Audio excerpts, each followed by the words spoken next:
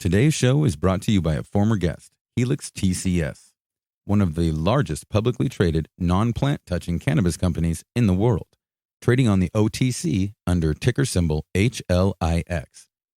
Their portfolio of industry-leading technology, compliance, and security companies is designed to scale internationally to capitalize on the inevitable proliferation of legal cannabis without the risk and limitations of being a cannabis producer. Record Q2 earnings, driven by their market share leading seed-to-sale tracking software, has positioned Helix TCS as one of the most exciting ancillary companies in the cannabis industry. To learn more about Helix TCS, trading under ticker HLIX, go to helixtcs.com or listen to Raising Cannabis Capital, episode 96. And if you are a great company doing great things, I hope you can be selective. I hope you get to choose who you want on your cap table. And when that day comes and it's not just about money, it's about how this particular investor group allows for me to succeed, encourages my growth, is there for me when times are tough.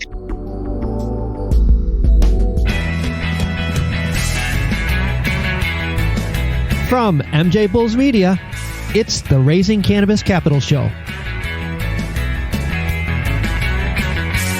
I'm Dan Humiston, and on today's show, a former guest is back in the MJBulls studio to talk about how they've expanded the scope of their venture capital investments.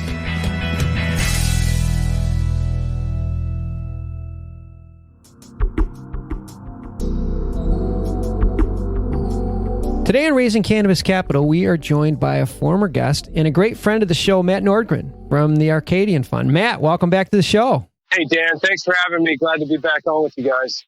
Well, for those who don't know Matt, he's had a success in a number of different venues, from athletics to entertainment to investing. And well, we discussed all that last time you were on the show. So if you want to know more about Matt, take a minute, go back and listen to Raising Cannabis Capital, episode 35.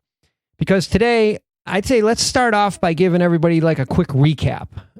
You've been in the cannabis industry for a while, and your company is one of the cannabis industry premier venture funds. Matt, tell us about Arcadian's investment thesis. Thanks for asking, Dan. I think our thesis at its core is really to invest in growth rounds of companies. Our specialty is helping join a team that's got enough data and enough traction and revenue being generated to go from a good team to great team. As a strategy, we've sort of built that in a few ways. Our previous funds sort of focused on A and B rounds in non-plant touching companies. Many of those companies on the servicing side, the B2B side, have grown into be relatively larger companies.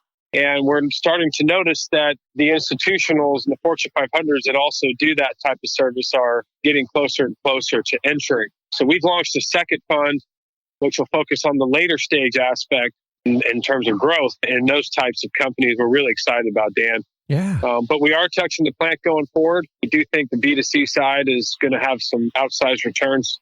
We're now in the market with an AB round, sort of early stage growth round, B2C consumer focused vehicle as well. So I'd say we're growth investors, Dan, but our strategies kind of changed with the times in terms of what companies are doing and how a market has matured. Well, that's interesting because when you were at the show the first time, institutional investors don't want to touch the plant, but we're starting to dabble in non-plant touching cannabis deals. So you're seeing this change where institutional investors are starting to warm up to the idea of some plant touching companies. I think that's correct. Looking at it over the years, you've seen them all start to think about it, and then they think about it more, and then they keep thinking about it. I think they're in the final stages of figuring out those pieces. And when you start to ask yourself, why is that the case? Inevitably, I think the question that continues to come up is, why are all these regulations starting to happen?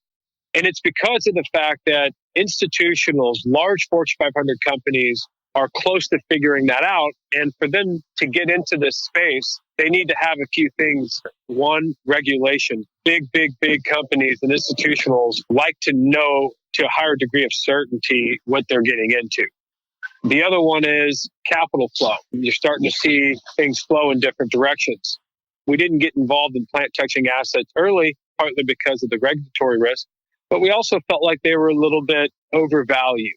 Not that there wasn't value, but that they were trading at multiples that were a little bit unrealistic. You're going to see a shift for large asset-based, multi-state operator type companies, specifically the public ones, take on credit and debt. That's where you start to feel like the bigger players are starting to want to find a way into cannabis. But if they feel like the asset value is a little bit heavy, for example, retail and cultivation and manufacturing type companies trading at 30 to 50 times revenue multiple is probably not what any market in the world allows those types of assets to trade at.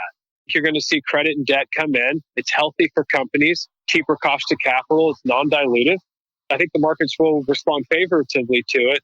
In reality, what's happening is these companies are not going to be able to not hit return numbers, not generate the revenue that they're expected. And that could cause some correction. Yeah. And so we think there's a debt and credit opportunity that we're in short order going to be able to announce some things we're going to have as a partnership on that side. But Arcadian at its core will still focus on equity and growth round investing. Something you said triggered a thought. It has a lot to do with how to invest in this industry or what to look for in this industry. And I mean, you wouldn't believe how many people reach out to me on a daily basis and say, what company should I invest in? I basically tell everybody the same thing. Cannabis is a whole nother animal. It's changing so fast that unless you're at every event and you have a network of cannabis companies that you're talking to, you're basically blind. I know that's one thing about your company, that you and your team are so ingrained in the cannabis community. It's important to explain to people why that makes a difference when it comes to investing in cannabis. We need to work together. At macro level, this industry is going to continue to grow by volumes that are rarely seen in human history. Real assets, real cash flow, going to touch everybody and is going to continue to grow. But at its micro level, who's going to be a part of that growth and who's going to do it right during that journey? I want to take a quick break to thank you for listening to today's show. As the leading cannabis podcast network, we're constantly adding new cannabis podcasts to support our industry's growth. And that's why we're so excited to announce our newest podcast, The Cannabis Breakout, which premieres October 18th. The show is about the thousands of Americans who remain in prison for violating cannabis laws that have long since been overturned. The Cannabis Breakout gives cannabis political prisoners a voice. If you're a former cannabis prisoner or have a loved one who is a cannabis prisoner, we want to share your story. Please go to MJBulls.com and sign up to be a guest. One thing that you said to me the last time we spoke is that you get invited into almost every big deal. You have such a good reputation within the investment community that most of the time, the other investors will invite you in on the deals. And I suspect that has a lot to do with your approach to this and your willingness to bring others into your deals. And I think it makes such a big difference. It makes a difference. And I think we're just scratching the surface with the kind of difference that approach makes, because up until recently and even today, capital has been the number one driving factor for a company to take on investors' capital. My hope and belief is that this industry continues to grow into a place where it has lots of capital options. And if you are a great company doing great things, I hope you can be selective. Mm-hmm. I hope you get to choose who you want on your cap table. And when that day comes and it's not just about money, it's about how this particular investor group allows for me to succeed, encourages my growth, is there for me when times are tough.